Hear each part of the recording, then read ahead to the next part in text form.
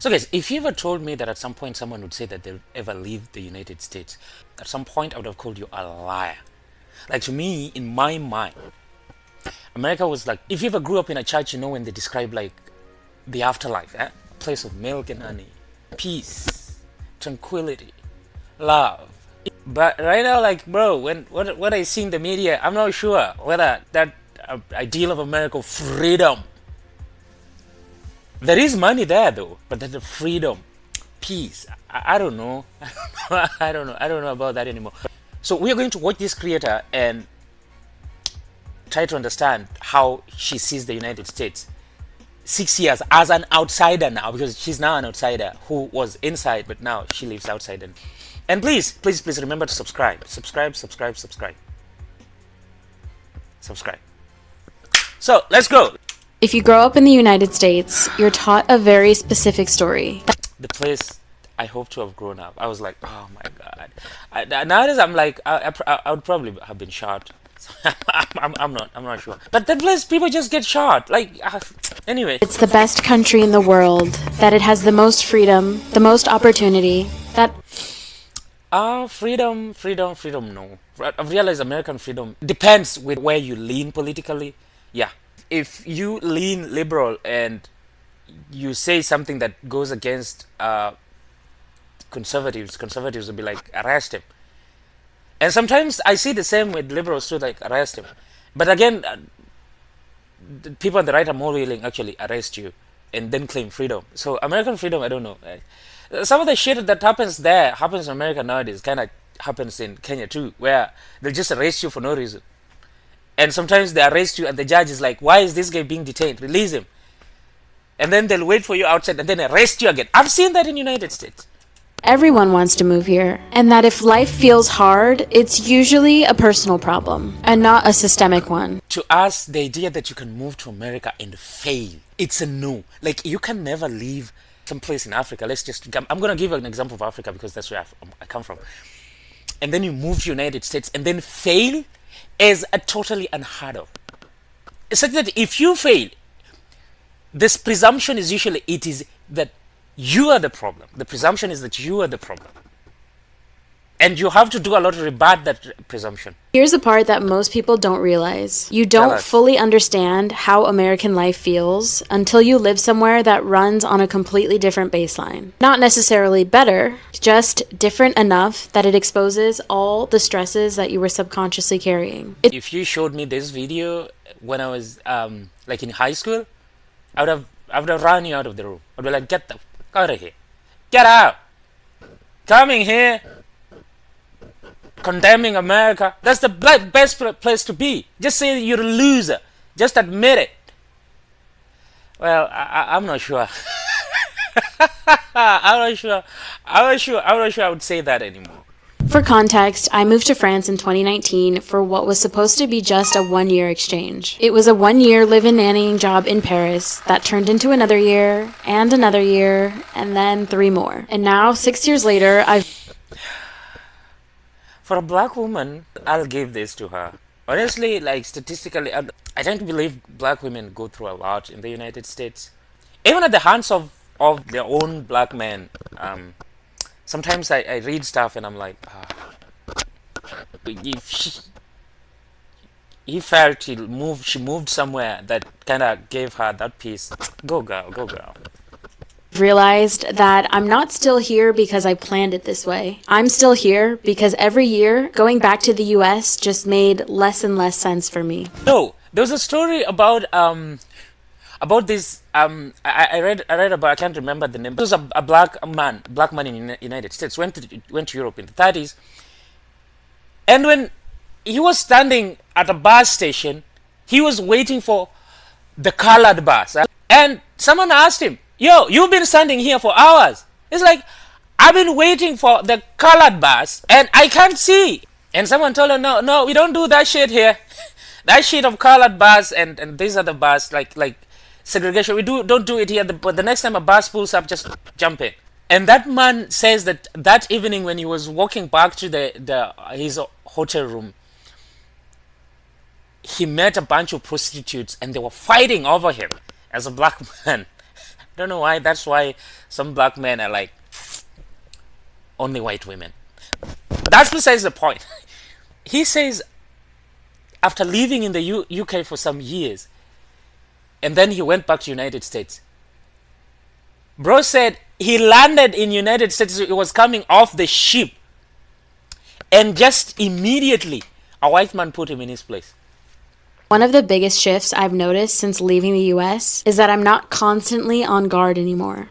And what's wild is I didn't even realize how much energy this was taking until it just stopped. In the US, safety isn't really something you feel. It's something that you constantly have to manage. You scan exits when you walk into a bar. You clock who's around you in a movie theater. You're making a million little decisions all day where you... Yeah, I've always wondered that being that mass shooting is such a common phenomenon that Americans have accepted to be part of them. Like they've been like, okay, this is with us forever. We might as well just condone it or tolerate it. Like, how does it feel being in a crowded place, knowing that at any time, like a lunatic with a gun can just spray bullets in it? Like, how does it feel? But then again, I'm in Canada. I don't have to really be afraid that a lunatic is going to do that. Not that it's completely out of question that such a thing could happen. It's just that it's kind of like infinitesimally remote. It's highly unlikely. What time to stop and get gas, what neighborhoods you avoid, and none of this feels dramatic when you're living there. It feels... I feel like in Canada too, there are certain neighbors you should just for your own safety, if you don't stay there, do not go there. Like someone has told me not to go to Jane and Finch. I'm literally like, why should I not go there? I've never been there. I don't know why. But... And the scary part is, once you stop living like that, you realize how much of your personality was just coping. I noticed the changes slowly after I moved here. I stopped scanning exits, stopped flinching at loud noises in public. Honestly, in Canada, I don't have to do any of that. Like, the only thing I tend to do here, like for my own safety, is of course when I'm in the subway, I want to be sure who I'm sitting next to, especially if that person is giving vibes of being homeless, or like, because there have been instances where they just stand up and stab someone. So yeah, we do have that as a problem here, but it's not really like prevalent. I can't even remember the last time there was such a thing happened. And obviously, no place is 100% safe. Every country has its problems. But on a day-to-day basis, I do feel noticeably safer here and when traveling abroad than I ever did in the States. I think there's a time if you had told me all this, I would have been like, fuck no, I'm just gonna go there and find how to cope. And even now, I think if I compare that to the circumstances that I was in like a few years ago, I think I would have been willing to overlook that, because again, the United States still has like hundreds of millions of people, and they are coping or surviving. So I'll be like, if they can manage, I can. But the idea that someone can leave United States, to me, I'm still saying was a kind of novel, like out of question. No one can ever leave the great United States of America, the hardest country on the planet, according to Donald Trump. People flex exhaustion as a personality trait. Everyone has their full-time job and their side hustle. You answer work emails even when you're sick. And in the off chance you do take a vacation, you're still checking Slack the whole time because being unreachable feels risky. And it's not because Americans uniquely are obsessed. I don't know. I took a vacation to Algonquin last summer, and I just switched off my phone. And that was because, honestly, my job, I can be easily replaced, and no one will lose sleep over me. Like, I'll be gone, and that's just it. Like, in my workplace recently, someone died, and I didn't realize that this man had died till another colleague of mine was telling me, oh, yo, do you know Charlie died? And I'm like, oh, Charlie died? And nothing is stopping here. The machines are still running. I haven't even seen like a condolence books being signed somewhere. No one is talking about Charlie anymore. Charlie is God. Everything is... I was like, oh, fuck. This is how replaceable we are. Because all of a sudden, the place where Charlie used to stand on Split, there is someone else. The machines are running. It's because the stakes are higher. Your health insurance is tied to your job. Your stability is tied to your job. So the idea of work-life balance becomes this cute idea that you're supposed to master inside of a system that punishes you for slowing down. In France, work feels more like a category of life, not the center of your identity. People guard their evenings to spend time with family and friends. Time off isn't a moral failure, it's expected, and being unavailable after work hours is completely normal. And yet, salaries here can be lower, but it's okay because the pressure is different when life doesn't feel like it's just one paycheck away from collapsing completely. Because America has money. Your salary in France, it definitely has to be different. But again, I'm sure the cost of living is also kind of, so you'll be fine. The biggest sources of the I can't slow down mentality connects to the healthcare system. In the US, not only is healthcare extremely expensive, but it's unpredictable. You can do everything right, pay the highest premiums, and still get punished. And guess what this leads to? I guess I have to say Canada is great because anytime I want to go to see a doctor, I could just, even now, I could just walk in there, and if it's not an emergency, book an appointment and they'll give me one. And if it's an emergency, I could go there and sit around for maybe an hour and see a doctor. And I know someone like me who came from a place where you could have the best health insurance, but still there's only a number of times you could use that insurance. And actually even most people did not have that insurance, meaning most of the time every other medical checkup is out of pocket. I can tell you that to me, going somewhere and not having to pay and waiting for just an hour to be seen is a win. You hesitate before going to urgent care because you're not sure what it will cost. You pick jobs partly based on the benefits and not actually the job itself. And you stay...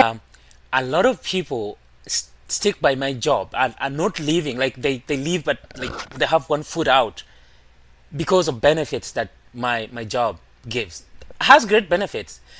Dental, and you got eye, you got like anytime you want a massage, because our job sometimes can take a toll on your body, and people tend to, especially those with families, they'll be working like 2 hours at the job every day, and so they're not sticking around for the money, the benefits. Even if you pay for insurance, you still don't feel safe because you don't really know what something will cost until after it happens. When I worked in the ER during college, we literally saw so many patients come in via Uber and rideshare while they were in genuinely bad shape. And it's not because they didn't need an ambulance, but it was because they were afraid of the bill. In Kenya, if you don't have money and you're in need of urgent medical care, if you have a will, can you just write it, sign it?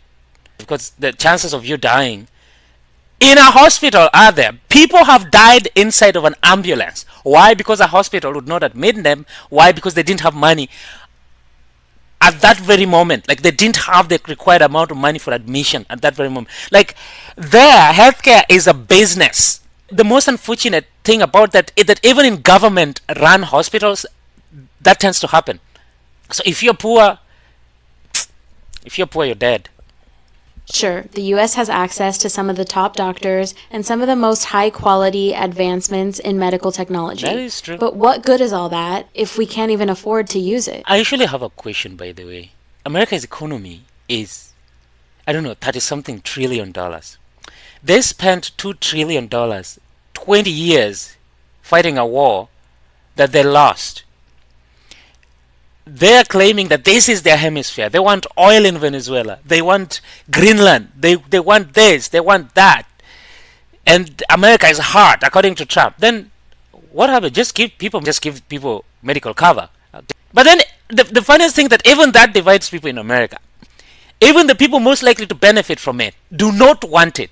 That it's okay if everybody loses as long as the people they think do not deserve those things don't get them. I don't know. Because when you remove the fear of the bill, you get so much mental space back. And once you feel what life is like without all of that background anxiety, it's really hard to return to a system that makes you negotiate for basic care. In the US, independence is treated like the ultimate virtue. You pull yourself up by your bootstraps, figure it out yourself, don't rely on anyone, and move states for new opportunities if you have to. And all of this sounds great and it sounds empowering until you realize what this actually really costs. As Americans, we're so spread out. Friends move for job opportunities, family lives in different states, and connection becomes something that you have to schedule in advance. And so when connection starts to require time, energy, and money, it slowly disappears. Like right now, I'm so far away from so many people from, like, especially that I used to know back home. I know with time that will just dissipate.